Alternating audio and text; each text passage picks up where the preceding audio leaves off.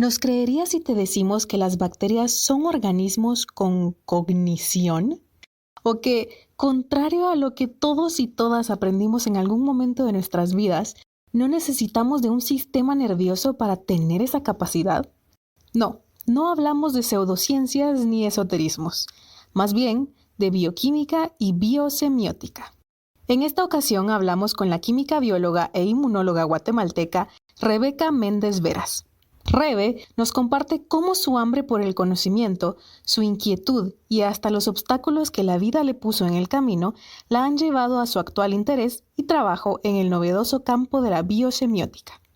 A través de valiosas lecciones de vida, en este episodio llegamos a aprender de temas que te dejarán con la boca abierta, con ganas de una hamburguesa, si no a ti, a tu microbiota, y con una nueva apreciación hacia los microorganismos a nuestro alrededor. Y por supuesto, los que viven en nuestro interior también. Microbioma, microbiota, biosemiótica y hasta psicología. Empecemos. Hola, somos Dayan, Kat y Rana, 3 científicas guatemaltecas convencidas que las carreras en STEM son para todos. no solo para aquellos a los que les va bien en mate. Y todos nos beneficiamos de ellas a diario y te lo vamos a demostrar. Bienvenidos a Epistemas. Buenos días, buenas tardes, buenas noches. Bienvenida, Rebeca. Estamos muy felices de que hayas aceptado nuestra invitación y poder conocer hoy tu historia en STEM. Y como en todos los episodios, nos gusta empezar con una pregunta, y esa pregunta es, ¿quién eres tú? ¿Quién es Rebeca Méndez? ¿Quién es Rebeca Méndez? Esa es una pregunta buena. La respuesta todavía no la tengo. Creo que hasta el momento de mi muerte la voy a saber, si nos vamos a poner filosóficos. Bueno, como eso, cuando nos preguntan, esa que es la pregunta más fácil supuestamente, pero es tan difícil de responder, ¿verdad? Entonces yo siempre digo que soy un pedacito del universo en proceso de conocerse y en camino a encontrarse. O sea, esa es como mi respuesta, porque realmente no tengo respuesta. Entonces soy muchas cosas.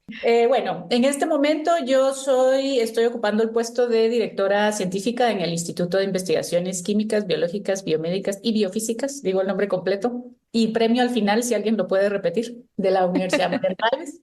Realmente mi trabajo es un poquito más de dirección, digamos, gestión. Entonces, realmente pues yo miro todos los laboratorios de la Mariano, ¿verdad? En estas áreas estoy a cargo de toda la parte científica, técnica. Y pues como llegué hasta acá, tal vez es parte de mi recorrido, ¿verdad? Obviamente no es que mi trabajo me defina, porque no me define, pero sí es mucho de lo que soy el día de hoy, ¿verdad? Entonces, yo estudié química biológica en la Universidad de San Carlos hace mucho tiempo y una de las preguntas que ustedes tenían era que cómo es que nos decidimos a estudiar esto, ¿verdad? Yo realmente siempre he sido muy inquieta en todo, ¿verdad? O sea, sí creo que les di mucha batería a mis papás. Ellos decían que no, ya no están, ¿verdad? Entonces, pero decían que no. Pero yo creo que sí, porque sí, siempre he sido inquieta, ¿verdad? Y una de mis inquietudes, aparte de moverme, ¿verdad? De las inquietudes de cualquier niño, era de aprender y de conocer. Entonces, desde chiquita, por ejemplo, recuerdo que cuando yo tenía 5 años, estaba un día en la casa, ¿verdad? Y salió en la radio, porque, ¿verdad? En ese entonces oíamos radio, alguna pieza de Richard Clayderman. Entonces, yo tenía 5 años, entonces le digo a mi mamá, mamá, yo quiero estudiar piano. Entonces mi mamá me dijo, va, está bueno, mija, ahí te vamos a buscar. Nuestra situación económica no era, no me podían pagar clases particulares, entonces digamos que la idea era meterme al conservatorio, ¿verdad? Entonces, ya después, cuando ya pasaron algunos años, entré al colegio. Yo estudié en Juncabal. La primaria, pues la estudié en otros lugares. Los primeros años de primaria, y en cuarto entro a Juncabal. Y una compañera mía, una amiga mía, estaba en el conservatorio. Entonces me contó. Entonces le dije, mamá, al conservatorio. Entonces me metió al conservatorio. Entonces estudié música hasta los 17, digamos. Todo el colegio. Estudié piano, estudié un poquito de guitarra clásica, ¿verdad? Entonces hago un poquito de música. Porque entonces estaba en el colegio y en la tarde me iba toda la tarde al conservatorio, ¿no? Entonces salíamos a la 1 de la tarde, a las 2, de 2 a 6 más o menos yo estaba en el conservatorio y a las 6 empezaba a estudiar. Este detalle es un poquito interesante porque, digamos, sí me marcó en muchas cosas a lo largo de quién soy hoy. Mi día se parte en 5, ¿verdad? O sea, en 5 espacios. Entonces ya a veces los bloques son completamente diferentes. O sea, desde que estoy tocando el piano hasta que estoy analizando muestras de resultados de pacientes de enfermedades raras, hasta que estoy estudiando psicología sistémica, porque también estudio psicología. Entonces, los brincos son así un poco drásticos, digamos, pero esa soy. Entonces, después de estudiar música, ahí estaba estudiando música, el colegio, el conservatorio, no sé qué, y ¿verdad? Gracias a Dios, pues me iba bien. Entonces, en el bachillerato a mí me encantaban, mis clases favoritas eran las humanísticas. O sea, a mí me fascinaba literatura, tenía una maestra muy buena de literatura, que siempre tiene que haber un profesor que nos inspira, ¿verdad? Creo que es importante que como docentes tengamos eso presente, ¿verdad? Que realmente no es solo ir a dar la clase, sino que podemos impactar mucho más. No tenemos idea de la trascendencia que pueden tener nuestras palabras, nuestra docencia, nuestra cátedra, ¿verdad? Pero sobre todo nuestra esencia, que es lo que le transmitimos nosotros al final a nuestros estudiantes. Para seguir reflexionando acerca de las huellas o cicatrices que pueden dejar algunos profesores en nuestras vidas, al finalizar este episodio, te invitamos a escuchar nuestro episodio número 149. Entonces, pues tenía una profesora que me encantaba la literatura, ¿verdad? Pero también me gustaba la química. Y después, esta misma profesora me dio filosofía. Entonces yo a la filosofía, pero me gustaba también la biología. Entonces yo, ¿qué hago aquí? O sea, esto es un problema serio. Entonces estaba yo en que quería estudiar psicología, también me gustaba la psicología, entonces 16 años, ¿verdad? 15 años tenía. ¿Estudio psicología o estudio filosofía o qué estudio? Al final me recuerdo que pues lo estuve platicando ahí con los adultos de mi vida, ¿verdad? Entonces, mira, o sea, tenés que buscar también algo que sea rentable, ¿verdad? Todas estas cosas que uno cuando es joven no obviamente está viendo porque uno lo que quiere es lo que quiere, pero los adultos siempre nos encargamos ahí de echarle un poquito de sal y pimienta, nuestra sal y pimienta y podemos realmente modificar mucho lo que el joven quiere, ¿verdad? En este caso no fueron mis papás pues, siempre fueron muy, pues siempre me apoyaron mucho, ¿verdad? En todo, ellos, mira, mija, lo que querrás, ahí vamos a ver cómo, ¿verdad? No teníamos una situación económica, pues muy estable, digamos, siempre habían problemas en la casa, como muchas familias, tanto en ese entonces como ahora, pero mis papás hicieron todo lo que pudieron por sacarnos adelante y por darnos nuestros estudios, ¿verdad? Entonces, si quieres estudiar, ahí vemos cómo, ¿verdad? Ahí vemos, ahí estaban mis pobres papás viendo de verdad cómo. Entonces, psicología no, ¿verdad? Eso no. Y me dio mucha risa porque cuando pedí el consejo, esto lo pedí como los consejeros del colegio y pues toda esta gente que se... No, mira, psicología no estudies porque te vas a estar, tú te autoanalizas mucho, tú te analizas mucho, entonces no estudies eso porque te vas a estar ahí pensando mucho. Eso ahora que lo veo, digo yo, wow, qué duro, ¿verdad? Porque esa es la idea también de estudiar psicología, que uno realmente pues se conozca y entonces vea pues si no te conoces, ¿cómo vas a ayudar también a los demás, verdad? Si uno no se trabaja psicológicamente, emocionalmente, ¿cómo va a poder dar terapias, verdad? Por decirlo en el psicólogo clínico. Y después, bueno, entonces psicología, pues no. Y después filosofía, pero ¿dónde? ¿Cómo te vas a ir a meter a la San Carlos? Y eso es marxista, es comunista, y no sé qué, no, eso no. En todo caso, ¿verdad? Te vas a algún otro lugar. Obviamente yo no me podría estudiar en otro lugar, no era no era posibilidad, perdón, por la cuestión económica. Entonces sí me recuerdo, dije, bueno, entonces tengo que buscar algo acá. Me gustaba, como les digo, la biología y la química y todo esto. Entonces un día estaba leyendo el libro La biología de Billy. Entonces estaba leyéndola y me recuerdo que estaba estudiando, yo creo que el ciclo de Krebs o algo. Era en quinto bachillerato. Entonces dije, bueno, esto no está tan mal. Al final me gusta. Me gusta la célula. Me gusta que está pasando ese relajo. Está bueno, ¿verdad? Y tenía una amiga que estaba que quería meterse a la U de química y biología. Entonces dije, bueno, esa vamos a ver qué. Yo siempre había jugado de niña con microscopios y andaba. Pero es que aparte, oigan esto, o sea, yo tenía mi laboratorio en el cuarto de chunches de la casa. Tenía un laboratorio y mi tía me había regalado un microscopito. De algún lugarcito lo consiguió, entonces yo me iba a jalar todas las hojas, ¿verdad? Desmantelaba todos los rosales de mi mamá y me los llevaba para atrás ahí para jugar en mi laboratorio y después me iba a jalar, esto señora, bueno, no lo hagan niños, jalarme todo el botiquín, ¿verdad? O sea, una pastilla de cada una del botiquín, y las destripaba y le hacía shampoos a las Barbies de mi hermana. Entonces le enredaba el pelo, digamos, entonces ahora te voy a desenredar. Yo no sé, o sea, hubiera sido farmacéutica, pero no, pero entonces eso, y entonces bueno, entonces decidí en esa lectura de biología, dije, bueno, vamos a estudiar química biológica, me meto a química biológica y ahí pasé 5 años, obviamente. Salí, la época maravillosa de la universidad. Cuando yo iba a cuarto año, también tuve otro profesor que me inspiró mucho y entonces dije, yo quiero estudiar inmunología, eso es lo que quiero, de todo esto, porque desde cuarto año yo ya estaba buscando, pues, para dónde iba, ¿verdad? O sea, qué quería y dije, bueno, yo quiero estudiar un posgrado y quiero estudiar algo, pero no sé, me gusta la bacter, me gusta esto, me gusta lo otro, no sé qué. Entonces inmuno. Y desde entonces empecé a buscar. No logré conseguir ni beca ni posibilidades de irme hasta más o menos 8 años después, ¿verdad? O sea, pero desde ese entonces estaba probando otro montón de cosas, un montón de cosas pasaron. Entonces ya me gradué, seguía con la música en lo que podía, ¿verdad? Pero cuando entré ya en segundo año de la universidad lo tuve que dejar. O sea, la carrera de músico es tan estricta o más como cualquier otra, ¿verdad? Entonces tuve que dejarlo, pero pues siempre ahí practicaba mi pianito, ¿verdad? Trataba de mi guitarra y pues de hecho sigo, ¿verdad? O Te iba sea, a preguntar si el que está ahí atrás es el piano, cabal, sí, ¿verdad? es el piano, ahí está el piano, ahí está. Bueno, soy obsesiva con las guitarras, entonces tengo una de cada una, ¿verdad? Una eléctrica, una electroacústica, una clásica. Entonces, sí, ahí me encanta estar coleccionando instrumentos y todo y trato porque sí me cuesta, o sea, sí me cuesta, pero ahí sí el piano sigue siendo parte de mis actividades. ¿Y tocas como música clásica o son otras cosas que tocas? ¿Qué es lo que Fíjate disfrutas más que, cuando le entras? bueno, cuando le entro, tuve que dejar un poquito lo clásico porque, por dos razones. Una es que requiere mucho estudio. O sea, digamos, yo me sé algunas piezas clásicas, pero como tampoco puedo ser, no soy tan constante en tocar, o sea, tengo las bases, ¿verdad? Y sí puedo a veces poner, o sea, lo que aprendí lo leo y todo, pero sí me falta práctica, ¿verdad? Entonces, sí, me encanta tocar clásico. Claro, de Luna de Beethoven, ¿verdad? Algunos valses de Chopin, ¿verdad? Estudios de Bach, los estudios de Hanon, por ejemplo, que son los clásicos del piano para tu digitación, pues eso los hago, ¿verdad? Pero también ya después me quedé haciendo más como más popularón porque yo lo que no quería era dejar de tocar. Y esto sí me pasó hace unos años. Yo tengo 44 años, no sé si eso se dice. Como querrás. No sé si tengo 44 años, ¿verdad? Tengo 44 años. Y a los 38 me diagnosticaron una artrosis en el pulgar derecho. ¿Una qué, perdón?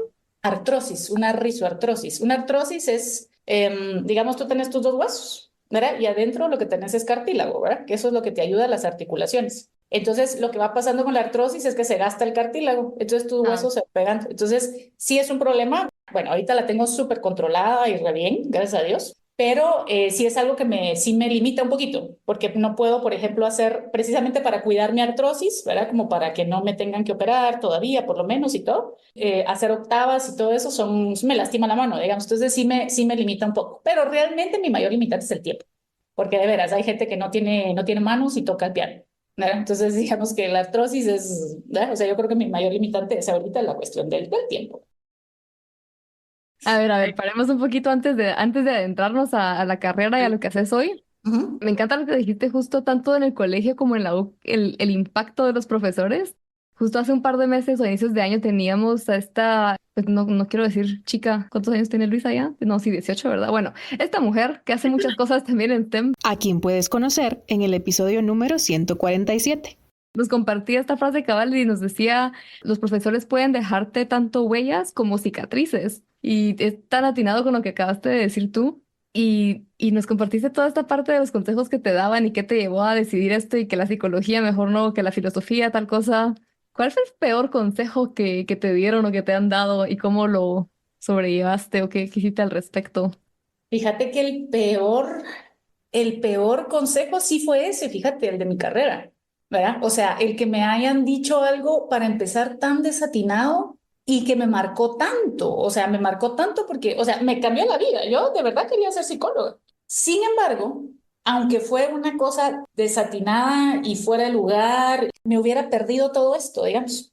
Todas estas otras cosas que viví, era más fácil que yo de donde estoy pasara a la psicología que viceversa. O sea, que siendo psicóloga ya después de unos años dijera, ahorita voy a estudiar química biológica, uy, no podría. O sea, muy complicado. No es que no se podría, no, o sea, no es que no se pueda hacer. Tengo colegas que sí lo han hecho, digamos, hay gente que sí lo hace y los admiro mucho, pero sí hubiera sido más difícil para mí. Entonces, ese creo que fue el peor consejo, el hecho de que me hayan limitado, que me hayan cortado un sueño, digamos. ¿Y Y cómo lo ves tú como... A mí me pasa ahorita que a veces escucho a gente, en especial gente mayor. A ver, yo tengo 32 y yo veo todavía gente mayor que yo que le encanta venir con los más jóvenes y dar consejos así de deberías. Yo escucho debería y me empiezo a enojar, mira. Y siento que nuestras generaciones ya no hacemos tanto eso o intentamos no decir debería, sino mira, pensan esto, pensan aquello, que es lo tuyo, pero el debería siento que era mucho más antes, ¿no? ¿Qué consejo darías tú ya con toda tu experiencia y porque tenés un papel también en dirección de carreras académicas, ¿no? O sea, que trabajas mucho también con jóvenes que están estudiando. ¿Cómo aconsejarías a las personas que nos escuchan a tomar esa decisión? Primero deberías no decirlo. O sea, deberías, no hay que, deberías no lo digas. Sí, no, miren, nosotros creo que para empezar, que tú me puedas decir esto ahorita, ¿verdad? O sea, que tú te estás dando cuenta que hay muchas personas que lo dicen. Esto indica más bien un gran trabajo en ti. O sea, tú has hecho un trabajo interior que te permite decir esto no está bien. Nadie tendría que estarme imponiendo lo que cree que es mejor para mí. Pero, ¿qué es lo que pasa? Que como no hemos hecho ese trabajo, nos creemos nosotros, no sé, con la autoridad, con el deber de decirle a la otra persona, sobre todo a los jóvenes, es que con quienes nos creemos, ¿verdad? ¿Quiénes nos creemos? Pero eso también refleja que no estamos nosotros como abiertos un poquito más al autoconocimiento y a entender que nuestra relación realmente con los demás. O sea, el hecho de que yo sea una docente o que yo sea, yo qué sé, una directora o que yo sea, que tenga un puesto, digamos, sobre otras personas, eso no me da a mí el poder de influir en sus vidas de otra forma en la que ellos no quieran. O sea, yo no me puedo imponer. Y el deberías es una imposición. Sutil, si querés. Depende, ¿verdad? De quién viene, pero meterse en la vida de otros, eso es muy, muy delicado. Precisamente por lo que tú decías. Podemos influir en positivo y en negativo y podemos dejar huellas, ¿verdad? O sea, huellas, así como mencionaba, cicatrices de por vida, ¿verdad? Entonces, mucho cuidado con eso. Bueno, Rebeca, ahora tenemos que Sí, saltar ya más a los temas. Ya nos compartiste cómo fue que llegaste entonces a decidir esa carrera. sí. Y con todo esto que querías antes, estas opciones, la psicología que al final ya no fue a lo que entraste, ¿cuáles eran tus expectativas de la química biológica y cómo fue estando en la carrera? ¿Fue lo que esperabas? ¿O fue algo decepcionante? ¿O cómo fue el camino en el pregrado? Mira, fue duro, pero creo que todas estas carreras son duras. Entonces, digamos, que cumplió mis expectativas, no, no las cumplió. No las cumplió, pero no, no en mal plan, o sea, en el sentido de que las superó en mucho. En otras no, ¿verdad? O sea, en otras no, por ejemplo, sí vivo yo vivo decepcionada del sistema académico, por ejemplo, pero ni siquiera del de Guatemala, del mundial. O sea, hay cosas que ya no deberíamos hacer, ya no, ¿verdad? O sea, y la pandemia nos lo vino así a restregar en la cara, ¿verdad? Miren, estas son las cosas importantes. Sí, sí, sí, dijimos todos, ahí fuimos a cantar canciones y no sé cuánto, y a aplaudir y no sé, se nos olvidó. Entonces ahora ya otra vez estamos metidos en otro merengue que no. Entonces, este tipo de cosas sí, pero digamos que yo he vivido decepcionada del mundo siempre. Entonces, digamos que esto no se lo puedo achacar yo específicamente a mi carrera.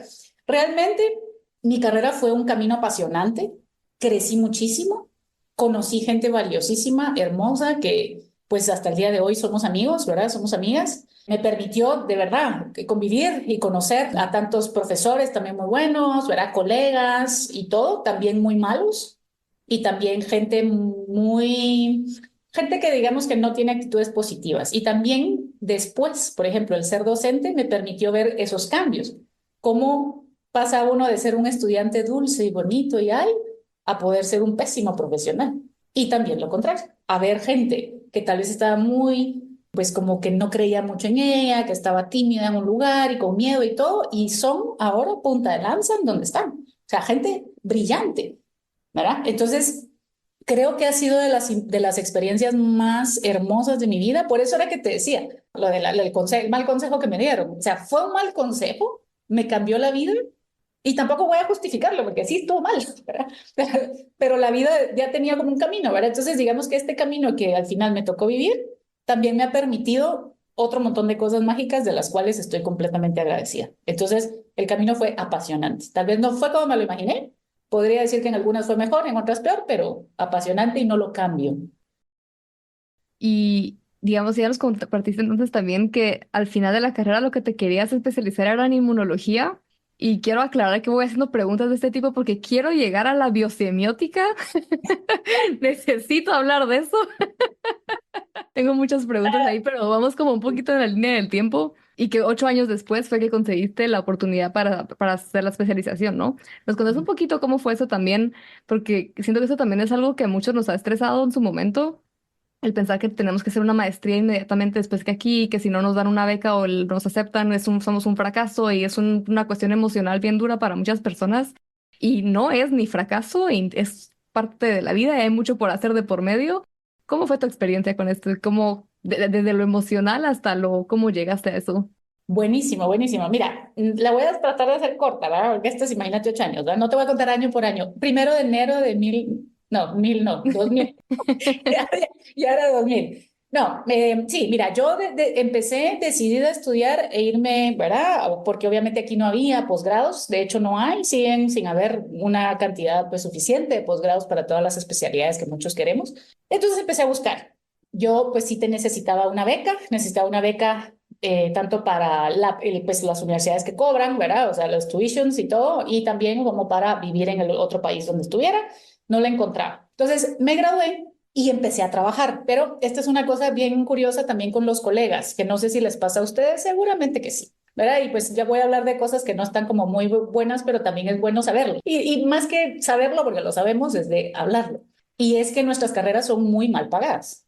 Es una realidad que todos Sí. sabemos. Bueno, la ciencia de por sí mundialmente es mal pagada, pero en Guatemala peor. O sea, cuando creen que tenemos un título ahí todo rimbombante, ¿verdad? Ay, yo digo, soy química bióloga, ¡guay! No sé qué. Le ha de ir de lujo. O sea, ya va. Entonces, lo que pasaba, digamos, es que yo tenía que trabajar en varios lugares. Yo necesitaba trabajar. Entonces, yo cerré mi carrera cuando tenía 21 años, ¿verdad? O sea, entré chiquita a la U, cerré, me fui de PS, 22, me metí a trabajar de auxiliar en la San Carlos. Entonces, mientras terminaba la tesis, hice mi tesis en el INCAP. INCAP, el Instituto de Nutrición de Centroamérica y Panamá. Entonces también eso me permitió conocer un montón de gente y también recomendaciones para irme. O sea, todo el mundo me estaba ayudando, pero fíjate que siempre algo pasaba, que a veces dependía de mí o a veces no dependía de mí. Entonces conseguí un trabajo. No me había graduado, conseguí un trabajo en el San Juan de Dios. El Hospital San Juan de Dios es el Hospital General de Guatemala. Mi profesora me llamó para poder trabajar con ella. Y de hecho me da risa porque fui su tercera opción. Y sé que fui su tercera opción porque las otras dos, yo siempre, mis mejores amigas son brillantes y están brillando era lo que les decía, brillan en diferentes puntos del mundo, ¿verdad? Creo que a una ya la entrevistaron ustedes, Marigenia Castellanos, la Maru. ¿Sí la Sí, entrevistaron? Maru. A quien puedes conocer en nuestro episodio número 58. Maru fue mi maestra en la U. La Maru es fabulosa. Saludos, Maru. Sí. Sí, y Maru, escríbeme. Y después tengo otra amiga que también, si no la han entrevistado, las exhorto a que la entrevisten. Se llama Ana Lidia Cabrera. Ella está ahora en Canadá. La Ana, súper fabulosa, ¿verdad? Entonces ella siempre muy brillante. Entonces mi profesora las llamó primero a ellas dos. Gracias a que ellas dijeron que no, yo sí, quiero trabajar, necesito trabajo. Entonces me fui, o sea, me contrató para trabajar, para hacer tamizaje neonatal en el San Juan de Dios. Ahí empecé a trabajar en el San Juan. Trabajé en salud pública 12 años. Estuve ahí, digamos, con ella un par de años y después me trasladé al laboratorio clínico. Ahí estuve en el área de inmunología, que esa fue otra cosa que la vida te va poniendo, ¿verdad? O sea, yo quería estudiar eso y así de decisiones y ¿verdad? Cosas que pasaron, resultó que yo era la supervisora del laboratorio de inmunología del Hospital Nacional, con 24 años, ¿verdad? O sea, pero entonces eso me ayudó muchísimo, ¿verdad? Con mi práctica clínica. Eso era un trabajo de medio tiempo. Después ya conseguí clases como docente en San Carlos, ¿verdad? Era interina, pero entonces daba clases ahí. Y aparte daba clases en La Marro. Y entonces era esto, ¿verdad? Salía corriendo para estar a las 7 de la mañana en el hospital. Al mediodía me iba corriendo a La Marro y después, como era un par de horas, después salía corriendo para San Carlos, ¿verdad? Y estaba ahí toda la tarde. Por esto les digo. Y era una época con menos tráfico, ¿no? Menos tráfico, era menos tráfico, pero yo andaba en camioneta, o sea, yo andaba en bus. Esa era la otra cosa, que era el bus, ¿verdad? Entonces, gracias a Dios, después de tener esos, fíjese, pues, después de tener esos 3 trabajos, ¿verdad? Y así pasé un montón de tiempo, me pude comprar mi primera laptop. Y al poco tiempo, entonces ya me compré mi carro, pero tenía que trabajar 3 trabajos. Dentro de todo este tiempo ya me había graduado, ya todo, ¿verdad? Yo seguía aplicando, pero siempre algo pasaba. O me aceptaban en la universidad, pero no me daban beca. O me daban beca, pero la universidad no respondía. Hubo una que me respondió hasta después, cuando ya se había pasado la convocatoria de la beca. Y así, o suponete antes también el TOEFL, pues tenía que venir por correo, no era electrónico. Entonces, en una de las ocasiones eso me pasó, no me vino el TOEFL, entonces no podía mandar la aplicación. Mira, yo apliqué a un sinfín de lugares, ¿verdad? Y andaba buscando, por alguna razón no pasaba. Entonces, les cuento todo esto porque digamos que mientras, pues yo estaba trabajando y al final hice mi experiencia, pues, o sea, yo cuando me fui yo tenía 30 años. A lo que voy es, hubo un par de años antes que yo dije voy a dejar de probar. O sea, esto ya es demasiado. O sea, necesito detenerme porque también, o sea, por algo me tengo que quedar. Y de hecho me di cuenta que sí, yo tenía circunstancias familiares en las cuales era importante que me quedara. Al final, pues mi hermano pequeño todavía estaba estudiando en el colegio, entonces parte de mí estar acá era ayudar en mi casa para también ayudar a que él saliera. Eso lo entendí después. Entonces, al final, pues cuando ya fue, salió súper rápido. Entonces me aceptaron en la universidad, me contestaron a los 3 días, cosa que no pasaba. Y cuando ya quise, en este caso yo sí me fui con beca préstamo, porque me fui con el programa de Guatefuturo. Me fui a los 30, aparte me da risa porque yo llegué y yo era la mamá de todos, ¿verdad? Porque todos mis compañeritos, 20, 21 años, 24, me decían mamá. ¿A dónde es que te fuiste? A Nottingham, en Súper. Inglaterra. Entonces ahí estudié en la Universidad de Nottingham, súper bien, el programa buenísimo y todo. Pero entonces aquí viene otra cosa, que mientras yo estaba allá, a mi mamá le diagnosticaron cáncer. Estas maestrías, gracias a Dios, eran de un año. Entonces, digamos que obviamente yo tenía que regresar porque quería ver a mi mamá. Y aparte, sí, pues ya había pedido un permiso para irme con goce de sueldo, digamos, a estudiar. Entonces tenía una responsabilidad con el ministerio, ¿verdad? Yo estaba ahí bien ubicada. Entonces, bueno, regreso y cuando me bajo del avión, mi hermano me lleva al hospital porque mi mamá estaba hospitalizada y pues la doctora nos mete a un cuartito para hablarnos a los hijos, ¿verdad? A los 3 hermanos. Y nos dice que mi mamá tiene 6 meses de vida. Miren ustedes, yo todavía estaba jetlagueada. Al final esos 6 meses se hicieron una semana. Mi mamá se murió a los 10 días, o sea, un poquito más. Y después de que se muere mi mamá, a la semana, digamos, se muere mi abuelita, la mamá de mi mamá. Y a la semana se muere la hermana de mi mamá, que había venido al funeral de mi mamá, porque ella vivía en Estados Unidos. Entonces, cuando me pasa a mí esto, o sea, esto se los cuento, es muy personal, digamos, pero es algo que sí me ha marcado todo, todo. Entonces, obviamente, yo venía con estas responsabilidades familiares y pues con todo lo que esto implica, pero digamos que esto sí al final, pues yo no podía estar pensando en un doctorado, ¿verdad? O sea, por mucho que, de hecho, me lo ofrecieron estando en Inglaterra y todo, pero yo tenía la responsabilidad del trabajo y aparte tenía pues estas situaciones familiares. Entonces, el doctorado estaba, o sea, sí quería, pues, seguramente, pero lo más importante ahorita eran otras cosas, ¿verdad? Entonces regreso, me quedo, sigo trabajando, pagar deudas, ¿verdad? Porque pues ni nacer ni morir es barato en este país ni en ningún lado. Y obviamente yo tenía la mitad del préstamo que pagar. Entonces, o sea, la cuestión económica ha pesado, digamos, en toda mi trayectoria. Gracias a Dios, pues conseguí luego de un tiempo un trabajo en la Mariano Galvez. Ahí entré como coordinadora de biotecnología. Entonces era medio tiempo estaba en el ministerio, porque mi trabajo en el ministerio siempre era medio tiempo, y medio tiempo, el resto del tiempo completo, jornada a la tarde en la Mariano. Así estoy 2 años y a los 2 años me promueven al puesto de dirección, que es el que tengo ahora. Entonces, renuncio al ministerio, ya me quedo solo con la Mariano, pero como tengo la mala costumbre de que no me puedo quedar quieta, ¿verdad? Entonces, como les dije al inicio. Entonces empezaron como a mover los laboratorios de la Mariano y ver qué onda con la Mariano. Entonces ahí, pues ya, ahí estoy. Gracias a Dios el instituto ha crecido. Obviamente es un trabajo de todo el equipo, ¿verdad? Ahí hemos tratado de ir poniendo poco a poco lo que se ha podido. Entonces, digamos que el estudio del doctorado ya no me era como una prioridad, porque realmente pues ya estoy en un trabajo, digamos, pues bastante bueno, digamos, en el sentido de tengo la dirección, sobre todo, más que bueno, porque es toda la parte de que tengo la capacidad también de hacer mucho, ¿verdad? Porque podemos dirigir y todo. Tuve también a mi cargo, en cuanto tomo la dirección, a la carrera de Química Biológica, la Facultad de Ciencias Químicas y Biológicas. Entonces fui decana también de la facultad, mientras también era directora, ¿verdad? Por eso les digo, no me quedo quieta. Y ya vamos a llegar a la biosemiótica. Cuando estamos ahí trabajando, echando ahí punta con todo, uno de los temas que a mí más me ha llamado siempre la atención, siempre fui docente, siempre estuve dando clases todo este tiempo. Y uno de los temas, como siempre, he sido pues, inmunología y todo, y la verdad es que muchos de los cursos que me dan son de la parte de inmunología, porque esto lo estudia muy poca gente.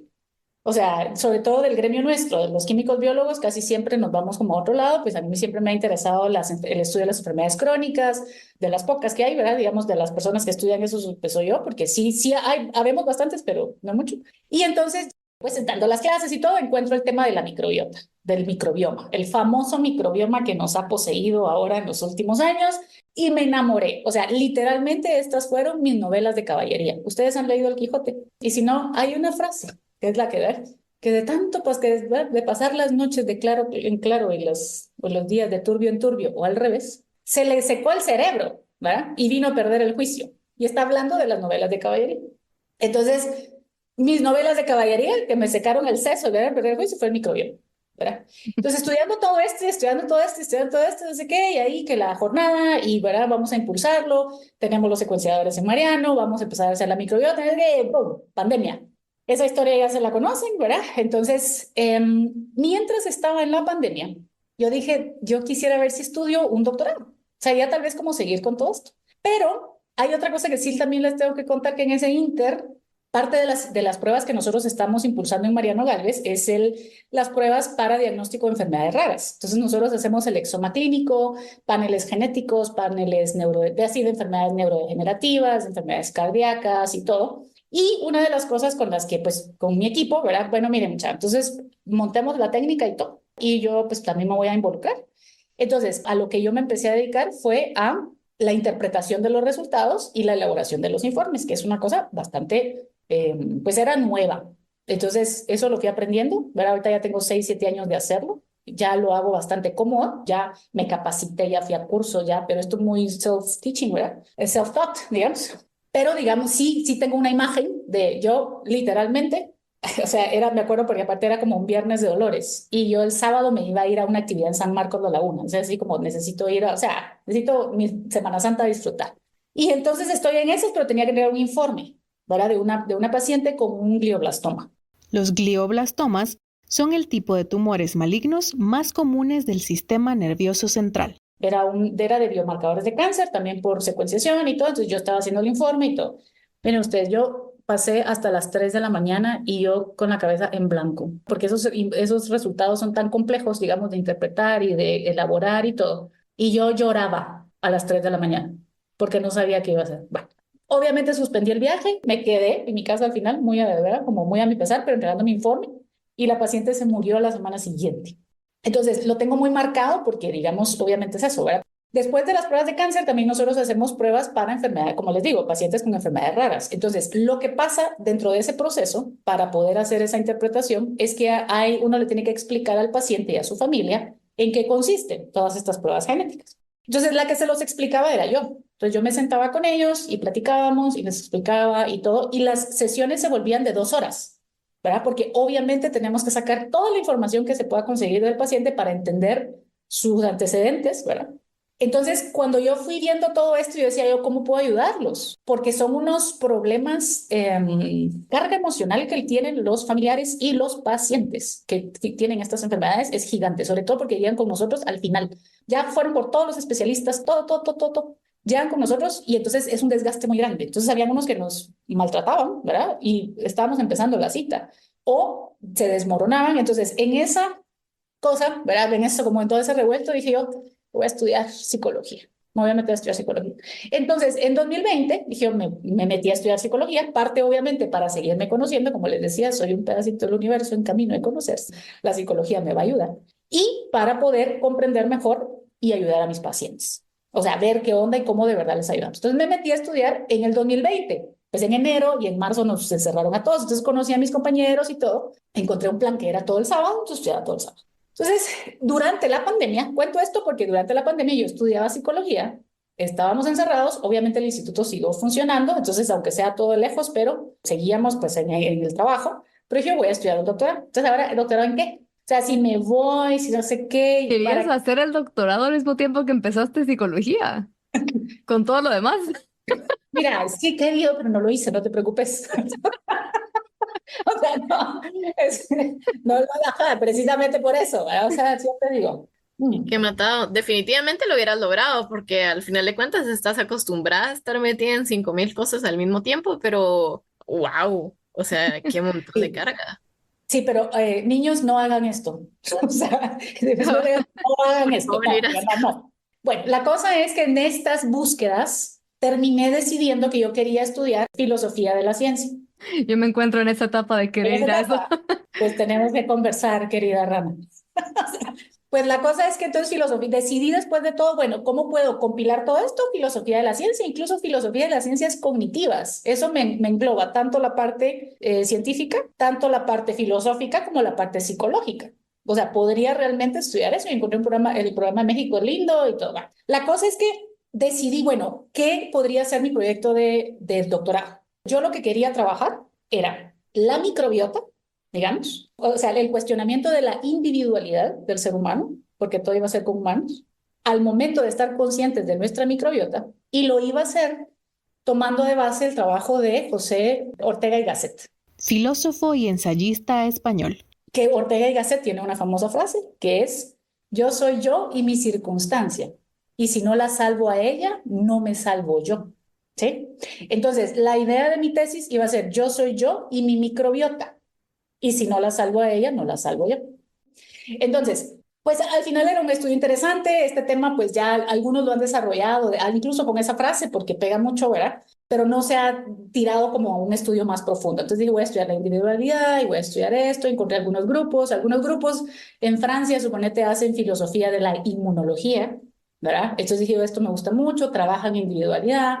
Entonces dije, bueno, y como siempre, digamos que ese deseo mío de estudiar filosofía siempre estuvo, entonces mi biblioteca está llena o sea, yo seguí leyendo filosofía, seguí leyendo, o sea, siempre he estado leyendo, siempre he estado actualizada en todo ese lado, ¿verdad? Y obviamente no soy filósofa, desconozco un montón de cosas, pero sí tengo un poquito de materia, digamos. Entonces, contacté a varios, ¿verdad? Estuve haciendo todo esto durante la pandemia y todo. Y en una de las universidades que me fascinó de veras la capacidad de respuesta y todo fue la Universidad Autónoma de Barcelona. Yo escribí con esto, miren, tengo este tema y no sé qué, no sé qué, no sé qué. Entonces, uno de los tutores, ¿verdad? Uno de los profesores me puso en contacto con Oscar Castro, que es mi tutor ahora, perdón, mi mentor realmente, pero yo no estoy estudiando el doctorado. O sea, él es como mi maestro, digamos, pero ahorita no estoy estudiando nada. Entonces, él realmente estaba trabajando, digamos que el antecedente a Ortega y Gasset, que es Jacob von Uexküll. Uexküll. Tú en Alemania lo vas a saber decir mejor, yo no. Ahora te pregunto, antes de que lo googlees, Rana, ¿tú como bióloga habías oído a este señor? Jamás hasta ahorita que lo mencionaste. Mira, pero las enseñanzas de Uexküll influyeron en Ortega y Gasset. Entonces, la frase esa que él dice viene de un concepto que se llama el Umwelt, que el Umwelt es el universo subjetivo que todos tenemos. Y por todos me refiero a los animales, a las plantas, a todo, el ser humano, ¿verdad? Entonces, este Uexküll es también uno de los padres de la biosemiótica. Entonces, ¿cómo llegué a la biosemiótica? Así. Esos fueron los brincos. Entonces, Oscar, mi mentor, me introduce en la biosemiótica. Y yo es que ahí también me perdí, porque sí siento que o sea, es una disciplina bastante nueva. O sea, te digo, empezó realmente en los años 60, ya como biosemiótica. Así, yo pensé que era hasta más nueva. Ajá, sí, no, pero es nueva, es nuevísima. O sea, eso para una disciplina que ya se está como consolidando es bastante, y es lo Tal que tú vez, tal tenías. vez sí podemos retroceder un poquito entonces, porque Sí. incluso a mí tampoco me queda 100% claro todavía qué sí es entonces la biosemiótica. Y nos contabas ya un poquito de cómo empezaste y cómo conociste esto del microbioma humano y la relación microbioma con quién es el individuo, ¿no? Y creo que esto tampoco es algo tan conocido aún o tan popular. ¿Nos puedes explicar para que todas las personas que nos están escuchando también se pongan al día con lo que estamos hablando aquí, lo que nos estás contando y lo que haces con la biosemiótica o lo que estás haciendo desde esto del microbioma y el individuo y la biosemiótica? ¿Qué es todo esto? Ok, buenísimo. Va. El microbioma realmente, digamos que esto es lo que más vamos a estar oyendo un poquito. La forma de entenderlo y de explicarlo son todas esas bacterias o microorganismos. O sea, los microorganismos no son solo bacterias. Pueden ser virus, pueden ser parásitos incluso, pueden ser hongos, ¿verdad? O sea, son todos es que no me gusta usar la palabra microbios, discúlpenme, es que, ¿verdad? Pero son los microbios. Son los microbios, para que se entienda un poquito más, son los microbios, ¿verdad? Microorganismos que tenemos, pero son los buenos. O sea, todo está rodeado, toda la vida y todo, ¿verdad? Está rodeado de microorganismos. Incluso el espacio, aquí tenemos al experto. hay microorganismos en todos lados. Entonces, el cuerpo humano está rodeado, está infestado, por decirlo, pero infestado bueno, infestado de bacterias. Me voy a centrar en las bacterias, voy a usar las bacterias, pero eso no quiere decir que estamos dejando por un lado al resto de microorganismos. Todas esas bacterias buenas que están en nuestro cuerpo. Y de hecho, aquí hay una discusión. Siempre hay discusión porque unos se ponen de acuerdo con un número, otros con otro. No hay todavía consenso realmente de si tenemos más células humanas que microbianas, ¿verdad? Lo que sí es que tenemos más material genético microbiano que humano. Eso sí, microbiano en general. Actualmente, gracias a las técnicas de secuenciación disponibles, cuantificar la diversidad de genes en nuestro cuerpo le resulta más fácil a la ciencia, mientras que cuantificar las células aún depende de muchos supuestos. Entonces, debido a la diversidad de microorganismos que nos habitan, sabemos con cierta certeza que tenemos más genes microbianos que humanos en nuestro cuerpo. Sí, así como lo escuchas. Los cálculos se vuelven aún más complejos dependiendo de si incluimos o no el material genético de los virus, los cuales, como ya sabes, no contarían como células. Te dejamos en las notas del episodio el enlace a un artículo que discute más estos cálculos, pero por ahora, regresemos al episodio.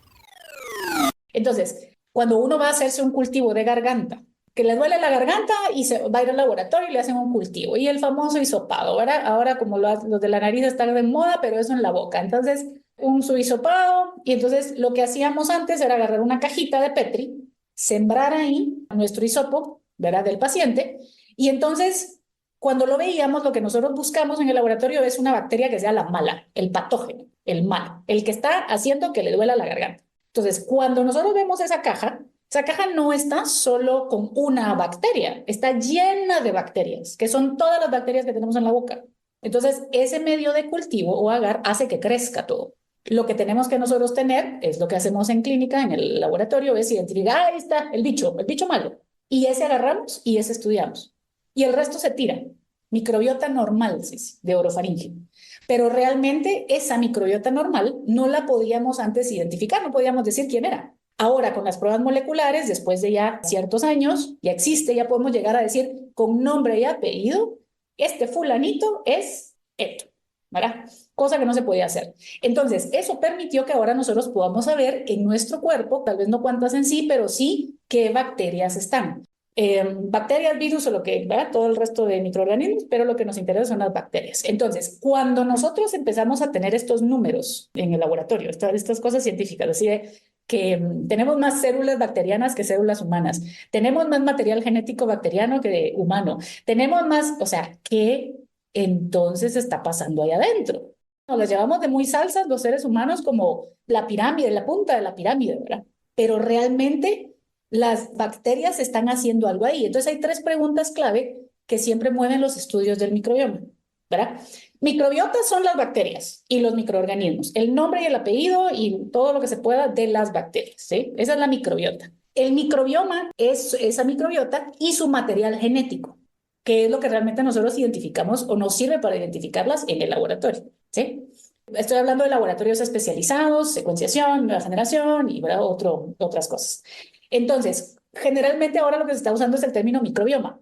Microbioma aquí, entonces cuida tu microbioma, haznos que tu microbioma y tu microbioma. ¿A qué se refiere eso? A tus bacterias buenas, enfocándonos ahorita solo en bacterias. ¿Sí? Entonces, las preguntas, estas 3 preguntas que les digo de los estudios es, ¿quiénes son esas bacterias o esos microorganismos? ¿Qué están haciendo? ¿Y cómo lo están haciendo?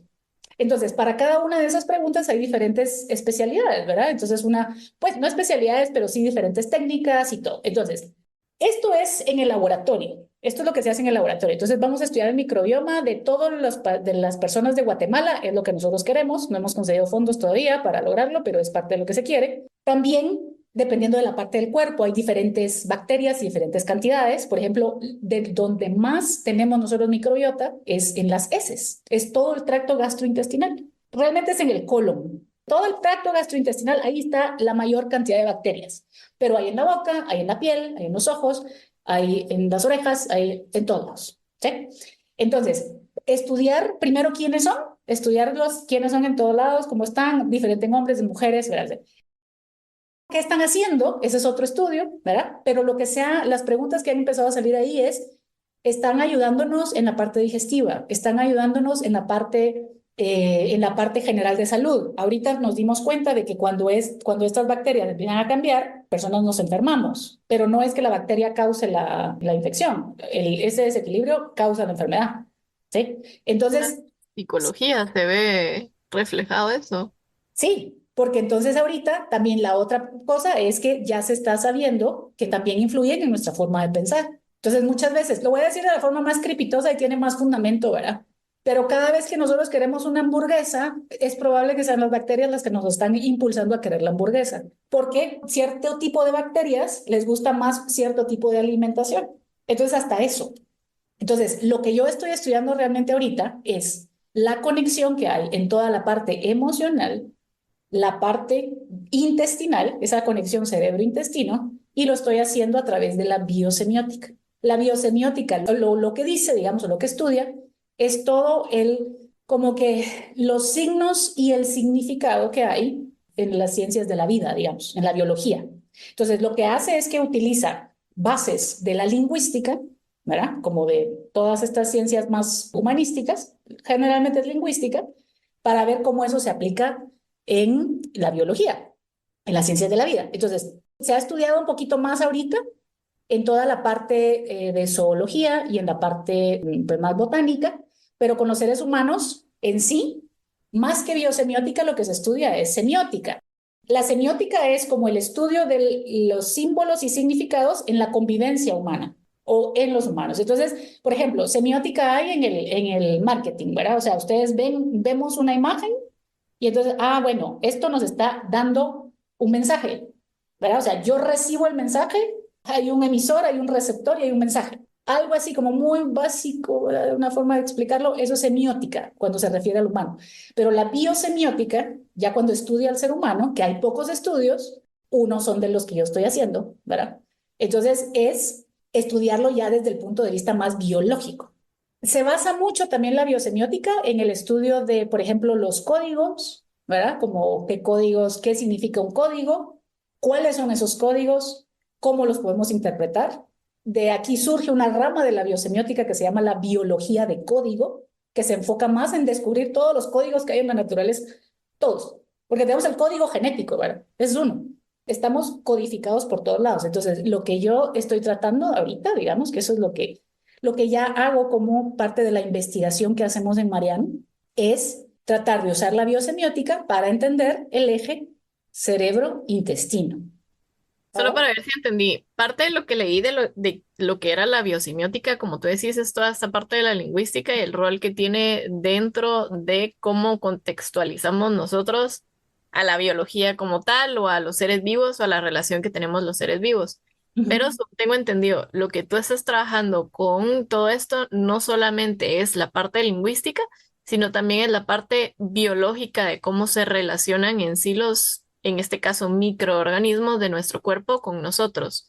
Yo me lo imaginé yo estaba familiarizada con la semiótica como la lingüística, ¿no? Lo de interpretación de signos y todo esto más bien humano, cultural, digamos. Por eso estaba confundida con cómo funciona la biosemiótica. Y voy a decir algo bien pendejo ahorita, pero yo me imaginaba así como que estabas estudiando, o sea, tal vez es algo así, no sé, las señales bioquímicas, ¿no? Pero me imaginé esto era como que las bacterias con letreritos, ¿no? Pero algo así es entonces, ¿no? Como los mensajes bioquímicos, ¿o no? ¿O lo tengo mal todavía? No, fíjate que sí lo tenés bien. Lo que pasa es que creo que nos cuesta un poco entenderlo, porque nosotros estamos acostumbrados también, nuestras especialidades y nuestras disciplinas, a la medición, ¿sí? O sea, nosotros primero, imagínense que mi laboratorio está aquí, Rebeca nos señalaba aquí su cabeza. ¿sí? O sea, la gran parte de lo que yo hago no es en el laboratorio, de lo que estoy haciendo con esto, ¿sí? Es interdisciplinario. Entonces, en el laboratorio hacemos unas cosas que son las mediciones. Entonces, vamos a buscar la microbiota, por ejemplo, fecal, y, ¿verdad? Y vamos a poder describir estas son las bacterias, ¿verdad? Y todo. Pero mi tarea, digamos, o lo que hacen los biosemióticos, lo que todavía me siento sería muy presuntuoso decir que soy biosemiótica, ¿verdad? O sea, yo soy wannabe, ¿verdad? Entonces, lo que hacen realmente es más como ayudar a la interpretación. O sea, voy a poder yo venir y describir esto voy a estudiar estas relaciones y voy a ver qué implicaciones más allá tienen, ¿verdad? Entonces, sí, en mi caso, por ejemplo, como estoy ahorita en Eliana Mariano y estamos haciendo esto y podemos en el laboratorio hacer todas estas mediciones, pues sí, lo que queremos es estudiar, de hecho estamos ahorita preparando un proyecto de ver, por ejemplo, microbiota fecal en pacientes con ansiedad y depresión, empezar a hacer estas determinaciones. Esto nos va a dar digamos que una información, pero es más como técnica, digamos, más así de voy a poder decir estas bacterias, esto está influyendo o no en el paciente, ¿verdad? Se pueden o no después de tomar algunas intervenciones, se pueden hacer terapéuticas, se puede cambiar dieta o se puede ver, yo qué sé, esto ya es otra cosa más clínica, pero digamos esto a mí, yo ya tomo esa información y de ahí ya puedo sacar algunas conclusiones, ¿sí? Pasándolas por el filtro de la biosemiótica. Que como tú decís, sí, o sea, me encantó el ejemplo de la bacteria con el rotulito, porque eso es lo que a veces pasa. Los microorganismos tienen su propio Umwelt. ¿Se acuerdan del Umwelt? Es su universo. Lo que tenemos nosotros tal vez que tratar de comprender es que ese Umwelt, ¿verdad? Eso que la bacteria está haciendo y que está viviendo, tiene un impacto sobre nosotros, pero que también ese impacto tiene más información de la que ni siquiera hemos podido nosotros visualizar, ¿verdad? Entonces, ese cartelito que la bacteria tiene para decirte algo, primero, ¿qué es lo que te quiere decir? ¿Cómo te lo está diciendo? Aparte de cómo te lo está diciendo, ¿tuvo la bacteria una capacidad de decisión al momento de elegir, por ejemplo, este azúcar en lugar de este azúcar? ¿Por qué deciden tomar este o este azúcar cuando están en un medio? ¿Por qué deciden, verdad? Entonces, miren, hay cosas que uno, ahorita leyendo un poco, ¿verdad? O sea, que se llama, por ejemplo, la cognición bacteriana, la cognición microbiana. O sea, nosotros estamos hablando ya de que las células incluso, o sea, nuestras células tienen cognición. Entonces, lo que tenemos que aprender es a definir qué es la cognición, ¿verdad? Esa capacidad, por ejemplo, cognición es capacidad de aprender, ¿verdad? Usémoslo como capacidad de aprender. ¿Ustedes creen que las bacterias pueden aprender? Pues ahora creo que mi respuesta va a estar mal, pero, pero ajá, o sea, cuando dijiste eso de cognición bacteriana, lo primero que pensé fue cerebro, ¿no? O sea, lo asociamos con cerebro, ¿no? Eso fue mi asociación inicial.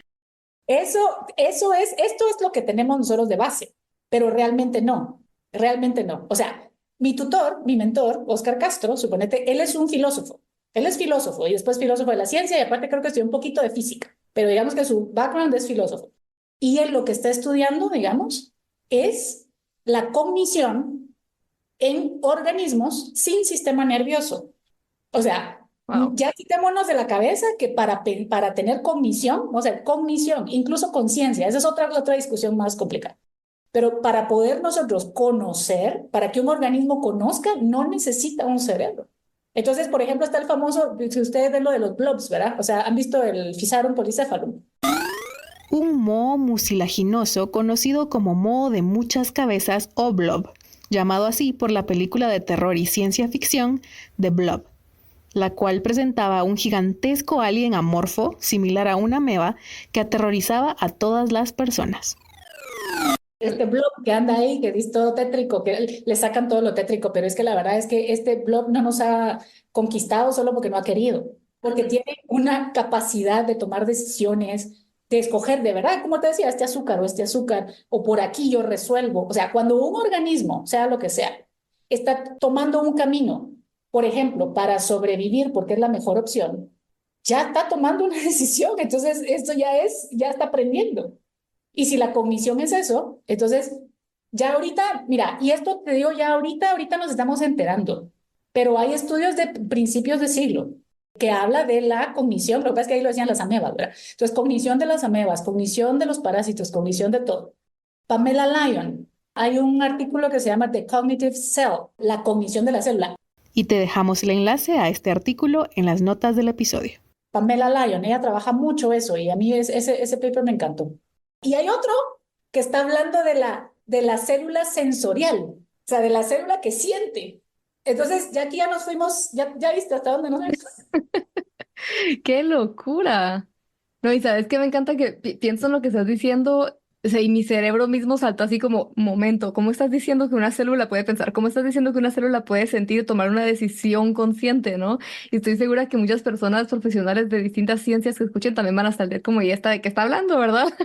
Y justo hoy escuchaba un episodio, estaba escuchando una entrevista de Jane Goodall, en donde le preguntaban que cómo ella lidió con las críticas de que ella no estudió ciencias, no tenía un doctorado, sino que fue por esa falta de sesgo que el doctor Licky la quería, ¿verdad? Porque vos no tenés este pensamiento reduccionista científico cuadrado, por favor, haz esto sin sesgos, ¿no? Y me suena tan parecido a lo que estás diciendo ahorita que llegar de la ciencia a esto se me hace mucho más complicado, pero igual es lo que tú estás haciendo, ¿no? O sea, poder quitarte esos sesgos y decir, bueno, y si la célula siente y si la célula puede decidir, abrir la mente para descubrir nuevas cosas, ¿no? Qué loquísimo, la verdad. Qué increíble. Está re loco y por eso es que te digo, yo te digo, empecé con el microbioma, pero yo ya estoy, mis novelas de caballería, ¿verdad? O sea, porque es eso. Hay mucho, y de esto sí, o sea, el abrirse la mente es lo que necesitamos también porque los paradigmas que nos han ido enseñando de ciencia, todos ya se están rompiendo, pero hay que tener esa apertura, o sea, de verdad de pensar de que los microorganismos pueden estar teniendo más influencia sobre nosotros que la que nosotros de verdad estamos conscientes, eso ya también ya nos da poder. Porque decir, bueno, no me tengo que poner a pelear, no, bacteria, no voy a comer la hamburguesa, ¿verdad? O sea, no es eso, sino que es decir, bueno, entonces seamos amigos, ¿verdad? Seamos simbiontes de verdad. Hagamos esa relación como tiene que ser. Entonces, al final, a lo que yo quiero tirar todo esto, digamos que mi objetivo final, digamos, dentro de la investigación y todo, es decir que en todas las intervenciones que nosotros hagamos, sean clínicas, sean, no sé, botánicas o lógicas, lo que sea que uno vaya a hacer, lo que tú vayas a trabajar, lo que vayas a estudiar, lo que vayas a hacer, siempre tenés que considerar la microbiota. Porque eso que está pasando con nosotros, con supuestamente la cumbre de la pirámide, está pasando también a nivel de todos los organismos, ¿verdad? Entonces, eso es más o menos. No dejemos a la microbiota, ni siquiera las especialidades médicas. Te vas a tratar el corazón, tenés que ver tu microbiota. Vas a ir al psicólogo, la microbiota. Vas a ir a, yo qué sé, al dermatólogo, microbiota. Entonces, eso es un poquito más como mi objetivo final, digamos. Pero bueno, A mí me gusta mucho lo que estás hablando y al mismo tiempo, como dice la rana, me hace mucho cortocircuito. De mi parte, yo soy microbióloga full. De hecho, yo me metí a estudiar lo que estudié porque me encantaba como que el rol de los microbios. A mí sí me encanta esa palabra porque es como que la forma más fácil de comunicar.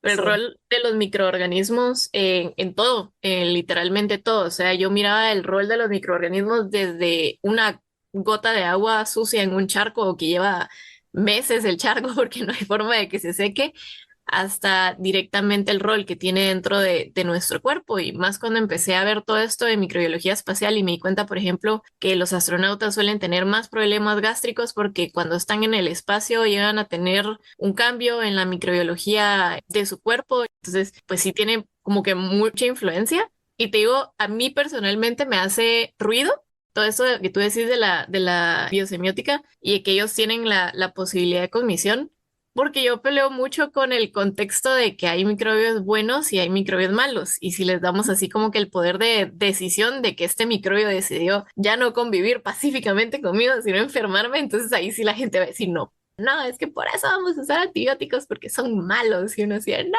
por favor. ¿Qué opinas de eso?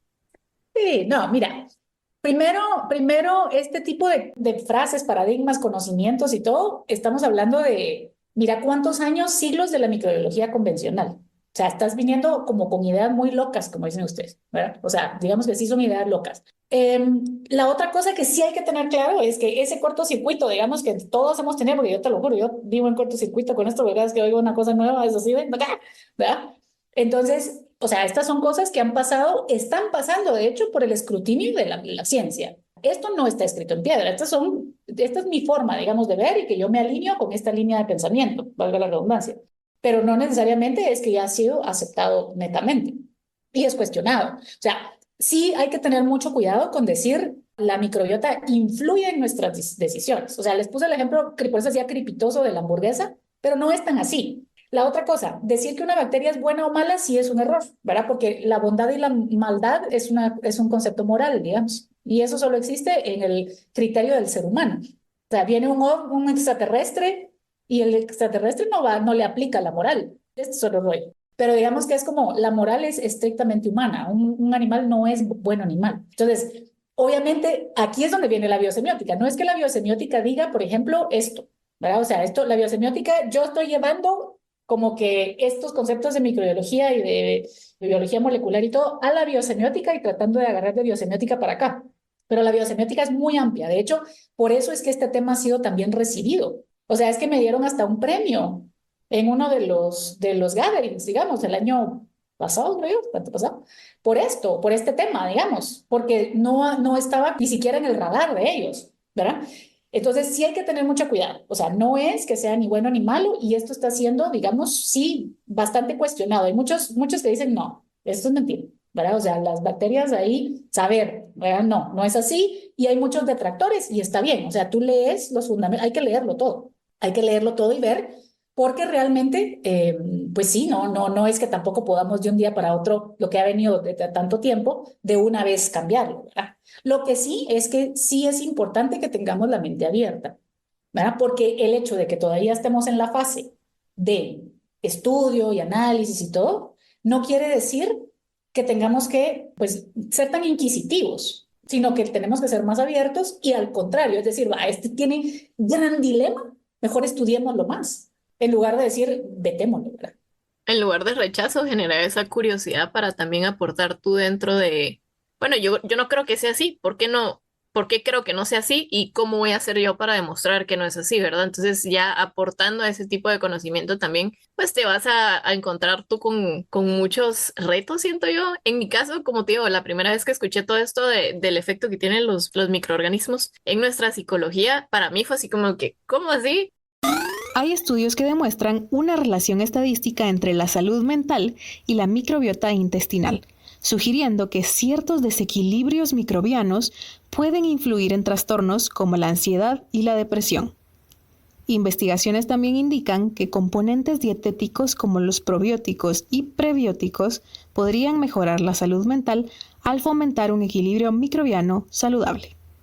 Te dejamos algunos de estos estudios en las notas del episodio. Y ya cuando lo leí, me hizo tanta lógica, o sea, fue así de, no, es que es increíble. Y como te digo, yo amo todo lo relacionado con microbiología, es mi tema favorito y definitivamente sí veo también como dice la ranita de los microbios, así con su cartelito de necesitamos esto. Y al fin de cuentas también tiene mucho que ver. Todo lo que tú decís también tiene mucho que ver con evolución, por qué tenemos los microorganismos que tenemos, por qué nosotros tenemos que consumir mayormente fibra, después proteínas y después etcétera, etcétera. Todo esto tiene que ver directamente con los microbios con los cuales nacemos y también no solamente está en los humanos, sino también puedes ver, por ejemplo, los koalas nacen sin poder digerir el eucalipto y se tienen que comer el popito de la mamá para poder obtener el microorganismo que les da la posibilidad de poder metabolizar el eucalipto. Entonces, no sé, o sea, se me hace muy loco realmente el rol que tienen los microorganismos en nuestra vida, por mucho que querramos decir que no, realmente es muy importante y también, como tú decís, la comunicación que tienen, cómo ellos se comunican con nosotros, yo sí lo veo directo, tal vez no con texto, ¿verdad? Tal vez no con lingüística, sino más bien químico, pero sí me parece súper importante que desafiemos esas creencias, no sé si decirles creencias, pero eso es como que ideas preconcebidas que tenemos de cómo los microorganismos se comportan con nosotros. Hay Tal gente vez que dice que son los pulpos, pero son los microorganismos, los overlords. sí. Definitivamente, sí. Sí. Una pregunta que me encantaría a mí hacerte, justo ayer creo que fue que estábamos viendo con mi mamá un video sobre física y filosofía y el libre albedrío y un montón de cosas que te digo, a mí me hacen mucho ruido. Yo me consideraba una fan de la filosofía hasta que me senté a ver ese podcast y dije, "Oh, ¿qué están hablando? No puede ser." Pero al fin y al cabo son cosas que pues uno se tiene que cuestionar, ¿no? Entonces, lo que yo te quería preguntar es viniendo desde un contexto meramente científico, por así decirlo, ¿cuál fue el shock más grande que te encontraste cuando te empezaste a meter a todo esto de filosofía y psicología y el rol de los microorganismos dentro de todo esto? Que de hecho es también la pregunta de nuestros Patreons. Hmm. El shock más grande. Mira, creo que muchas cosas, porque me ha pasado un poquito así como tú decís. O sea, cada vez que oigo como una cosa nueva, yo, ¡ah! No puede ser. ¿Verdad? Y lo peor es que me pasa que no puede ser, pero después tiene tanta lógica. O sea, sí puede ser. Más bien es como ir encontrando diferentes explicaciones a verdades que ya sabemos, algunas cosas que ya sabemos. O sea, es literalmente tener un poquito más de verdad abrirte a otra forma de poder explicarlo. Porque yo te digo algo, en el fondo, vamos a llegar a lo mismo que nos dicen las culturas ancestrales, los sistemas de medicina ancestrales. Vamos a llegar a eso, a decir que todos estamos conectados y que todos somos uno y que ahorita suena así como, oh, hippie, ¿va? O sea, toda esta es filosofía hippie, pero te vas a ir dando cuenta y la ciencia, como es la más inquisitiva, ¿verdad? Porque es estricta y todo, y sobre todo es arrogante, porque la ciencia también tiene su grado de arrogancia, ¿verdad? Necesita ver, necesita números, necesita esto. Por eso, a eso me refiero también con la arrogancia. Entonces, vamos a llegar a esa conclusión. Entonces, ir viendo cómo también, creo que el shock más grande me lo he llevado al ver, por ejemplo, sobre todo en otros países, ¿verdad? Y al leer todo este tipo de artículos, la interdisciplinariedad, el poder que tiene la interdisciplina de poder realmente explicarte cosas para las cuales nosotros estamos como programados de ver tan sesgadamente, digamos. O sea, estás así, el laboratorio, no sé cuánto. A mí, por ejemplo, sí me mató mucho todo el tema de la individualidad. Es decir, ¿qué realmente significa ser humano? Si tenemos este pin ahí, que es todas estas bacterias. Ese tema es el que yo ahorita estoy estudiando más. Es como, y eso sí me choqueó. Por supuesto, obviamente, después de que me entero de cosas así tétricas, de que sí, de, por ejemplo, todo lo que tiene que ver el canal vaginal, ¿verdad? O sea, cuando nacen los niños por cesárea y nacen los niños, todo así como, oh, los impactos que tiene a veces esas improntas. Durante el parto, los bebés adquieren su microbiota inicial al pasar por el canal vaginal de la madre, lo cual es crucial para ayudarles en su sistema inmunológico y su futura salud. Por otro lado, en los partos por cesárea, esta exposición no ocurre, y el bebé tendrá una microbiota distinta, y quizá incluso algunas deficiencias para digerir ciertos compuestos, para lo cual contribuye la lactancia materna. Esta diferencia en la colonización microbiana es un ejemplo de cómo señales y procesos biológicos impactan la salud desde el nacimiento. ¿Verdad? Esas improntas como muy determinantes. Pero así de shock, contestando tu pregunta, creo que es ese tema, un poquito más de fondo. Es como el ser humano realmente qué es. Que esa pregunta no se ha contestado, ¿verdad? Y con esto, menos. Pero bueno. Muchas gracias, Rebeca. La verdad es que aquí creo que podemos seguir por muchas horas hablando de este tema, pero vamos a dejarlo para traerte de vuelta y hacer otro episodio cuando tengas más avances de esta investigación y platicamos mucho más y nos cuentas todo lo que descubriste en el camino. Lamentablemente, ahora sí creo que tenemos que ir cerrando. Antes de terminar, te contamos que Rebeca nos compartió información acerca de 2 eventos a llevarse a cabo próximamente. El segundo Congreso de Enfermedades Raras y Poco Frecuentes del Caribe y América Latina y la edición 2024 del Congreso de la Asociación Latinoamericana de Genética, de los cuales te dejamos más información en las notas del episodio. De verdad te agradecemos muchísimo todo lo que hemos aprendido hoy, toda la discusión, todo el aporte. Lastimosamente ya tenemos que llegar al final, como dice la ranita, entonces nos gusta terminar los episodios siempre con 2 preguntas. La primera de esas 2 preguntas finales es, ¿qué consejo le darías a tu yo de 17 años?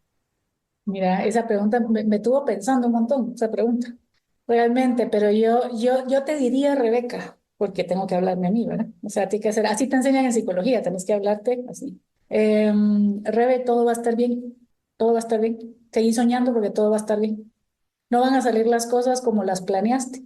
Nada va a salir como lo planeaste. Algunas van a salir mejor, otras van a salir peor, pero sobre todo tú vas a estar bien. Entonces seguí soñando. Eso. Qué bonito consejo.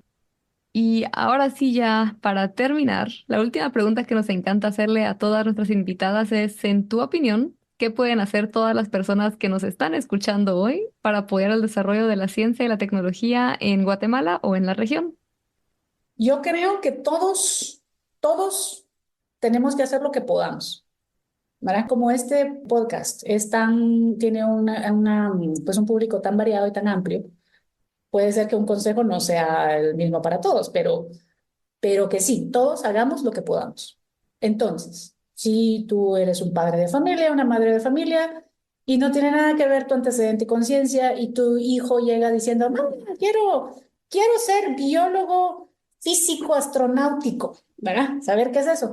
Pero digamos, está bien, hijo, ¿verdad? Que gracias a Dios yo tuve la oportunidad de que mis papás siempre fueron así, lo que querrás, mi vas a ver, ¿verdad? Entonces, no romperle la creatividad a los niños, por ejemplo, sino que dejarlo ser. Si en el caso soy papá. Si soy docente, trabajemos bien, mucha. Hagamos lo que tenemos que hacer. O sea, hagamos bien nuestro trabajo. O sea, eso es lo que más podemos hacer. Seamos coherentes y de verdad, si no nos gusta la cátedra, vámonos. Y si nos gusta, démoslo todo. Por esto mismo que hemos platicado, ¿verdad? Todo lo que podemos influir. Si somos tomadores de decisiones, ¿verdad? O sea, gubernamentales, aquí se necesita más plata y más inversión. Si no hay inversión, la ciencia no va a salir. Entonces, en conclusión, digamos, mi recomendación es que todos hagamos lo que podamos, porque de verdad, si no hay ciencia, el mundo no va a avanzar. Y veámoslo con la pandemia. Gracias a los científicos, a los avances de la ciencia, se pudo o no se pudo hacer algunas cosas, pero necesitamos más. De ciencia necesitamos todos. Entonces, de verdad, colaboremos todos. Esperamos que este episodio también te haya dejado con ganas de filosofar y aprender más sobre la biosemiótica. Y también con la motivación de seguir soñando y ayudándonos a llevar la STEM a más personas, empezando por compartir este episodio. Y quizá también te dejó con ganas de una hamburguesa o a tu microbiota. Gracias por acompañarnos en un episodio más de Epistemas, con un agradecimiento especial a nuestros Patreons. Si te gustó este episodio, déjanos unas estrellitas o un review en tu plataforma favorita. Y si tú también quieres poder participar en la elección de temas y personas invitadas a nuestros episodios, enviarles tus preguntas y saber que cada semana apoyas al acceso del conocimiento en STEM en América Latina, únete a nuestro Patreon. Como siempre, te dejamos el enlace en las notas del episodio. Y ahora sí, hasta la próxima.